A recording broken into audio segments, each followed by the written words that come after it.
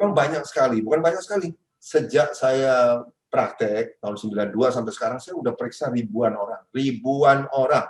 Karena kebanyakan ya, misalnya saya contoh, kenapa saya periksa vitamin D? Kadang-kadang pasien bingung, kenapa diperiksa saya vitamin D? Saya bilang, karena kalau ada rasa sakit, pegel linu yang terus-menerus, tidak jelas, begitu kita foto, normal kok fotonya, tulangnya normal, kenapa dia sakit terus? Itu bisa-bisa mialgia itu sakit-sakit di otot, itu karena vitamin D-nya rendah. Dan makanya kebanyakan pasien yang datang ke saya periksa vitamin D-nya. Dan saya udah periksa ribuan orang. Prakteknya kan sejak tahun 92. Enggak ribuan orang, puluhan ribu orang. Itu tidak ada satupun yang bagus. Tidak ada satupun yang bagus, termasuk saya juga jelek dulu. Jadi kenapa rendah? Memang dari sanonya memang kita semua rendah karena tidak cukup kita vitamin.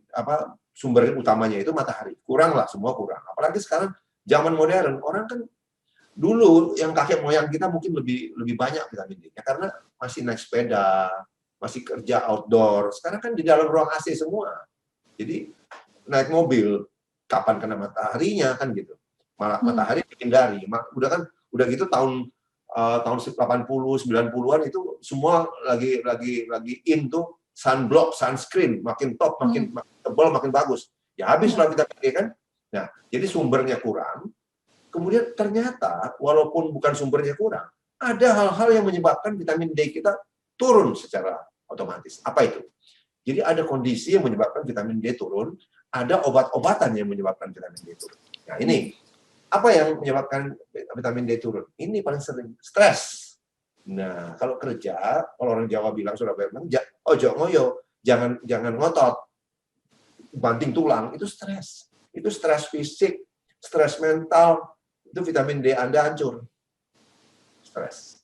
Kemudian kurang tidur. Jadi kalau kurang tidur, tidurnya mesti berapa jam? Sekarang harus 7-8 jam. Kalau bisa 8 jam.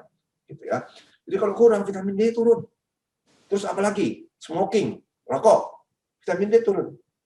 Alkohol, turun vitamin D. Itu yang utama.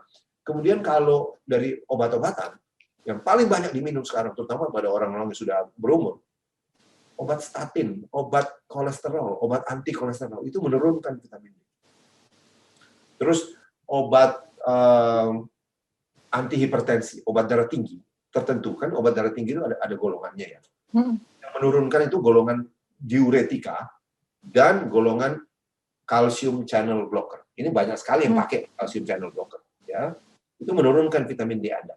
Jadi bukan berarti kalau Anda minum obat kolesterol katakan, obat kolesterolnya harus stop, enggak. Hanya mesti tahu bahwa karena minum obat ini, vitamin D kita turun, jadi kita harus menaikkan kadar vitamin D-nya kita minum. Di suplemennya ini harus tinggi. Bagaimana kontrolnya? Ya lihat darahnya mencukupi enggak. Gitu. Juga ada lagi obat yang sering, ya itu mungkin tidak terlalu sering. Obat-obat anti konvulsan orang-orang yang kejang, fenobarbital, ya. Terus yang lebih sering juga adalah obat-obat MAH, proton pump inhibitor. Itu golongan omeprazol, lansoprazol itu obat MAH itu. Terus itu yang paling sering lah ya untuk dan itu kan orang sakit sedikit minum obat MAH sendiri. Dan kemudian orang yang sudah berumur, coba lihat, tanya aja, yang sudah di atas 50, berapa persen yang minum obat kolesterol? Tinggi sekali itu, makanya vitamin D rusak semua. Gitu. Oke, berarti kalau kita mengkonsumsi obat kolesterol, artinya kita naikkan ya dokter ya kadarnya tadi ya? Karena kita tahu sebagian akan dirusak oleh obat itu. Oke, baik. Ternyata, saya juga baru tahu ya dokter, ternyata bisa turun ya kadar itu. Berarti ketika kita mungkin setiap hari minum suplemen yang kita anggap sudah cukup, berapa puluh ribu ya? Nggak boleh anggap, harus darah. Dan sebelumnya saya juga, ya kadang-kadang saya dibilang menakut-nakuti, bukan. Kita cuma ngambil penelitian di Kalimantan Tengah. Barusan ada bulan, dia tuh mengumpulkan bulan Maret sama April 2020. Kalau ditanya, kenapa bisa Kalimantan Tengah? Ternyata penelitiannya bukan di sana. Dia cuma mengambil data dari seluruh Indonesia, dari rumah sakit yang ada pasien COVID-19-nya. Nah, pasien-pasien ini dikumpulkanlah, pasien-pasien itu dikumpulkan dari seluruh Indonesia, kan banyak tuh. Dilihat data vitamin D-nya. Ternyata ada yang periksa vitamin D, kan nggak semua diperiksa vitamin D-nya. Kalau dokter yang ngerti baru diperiksa. Nah, ternyata dari dari data vitamin D itu, pasien COVID itu, digolongkan 3. Golongan 1, golongan 2, golongan 3. Golongan 1 adalah yang vitamin D-nya di bawah 20 dalam darah ya. Yang golongan 2 antara 20 sampai 30. Golongan 3 itu antara 30 ke atas. Ya. Nah, ternyata yang golongan 1, yang di bawah 20, kita mulai yang golongan 3 dulu. Golongan 3 itu yang di atas 30. Itu waktu kena COVID, yang meninggal 4%. Ada yang meninggal 4%. Jadi saya tanggapi dulu, kenapa bisa meninggal ya vitamin D udah di atas 30? Di atas 30 nggak cukup. Itu banyak laboratorium di Indonesia nulis tuh, yang cukup 30 sampai 100. Enggak. Kita nggak mau yang cukup, yang bagus. Yang bagus tuh 80 soalnya.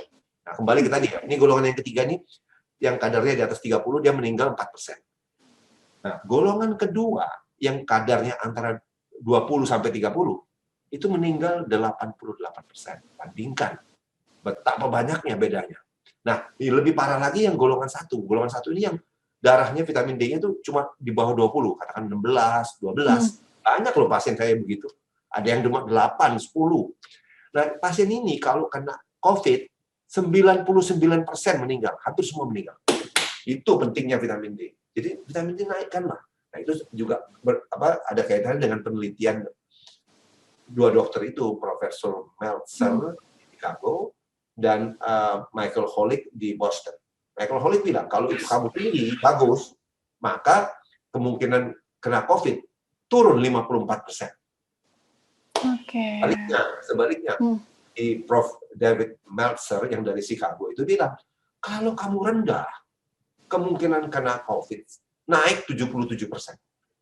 Jadi pesan saya sekarang, sesuai protokol pemerintah, cuci tangan, gitu, pakai masker, terus jaga jarak, lakukan. Tapi yang penting perkuat juga imunitas Anda. Vitamin D, jangan tunggu vaksin, jangan tunggu obatnya masih lama itu. Ini kan nggak akan segera berakhir, masih lama kan COVID-19. Kita harus jaga-jaga gimana? Ya naikkanlah vitamin D-nya, kan gampang dan relatif murah saya bilang. Daripada obat-obat antivirus ya. Obat antivirus mahal sekali. Betul. Dan sekarang juga banyaknya orang juga beranggapan bahwa imun itu paling ini kaitannya dengan vitamin C, dokter, dibanding vitamin D. Ya dokter ya, yang banyak saya dengar dan saya baca. Jadi vitamin C memang gini, kalau ditanya apa saja yang perlu diminum, nah itu vitamin D utama. Terus vitamin C saya anjurkan juga, at least 2.000 sampai 5.000. Tapi pengaruh vitamin D terhadap COVID-19 yang lebih besar vitamin D. Makanya D itu kita plesetin. D itu apa sih? Defense. Itu defense kita, daya tahan kita. Jadi utama D, C oke, apalagi zinc, Zn itu perlu. Jadi kan memang tidak kerja sendiri kan, ya kan? Kayak di El John lah, kan yang kerja ada berapa orang tuh kan? Oke, jadi bareng-bareng ya dokter. Tapi vitamin D ini ternyata yang paling atas yang berkaitan.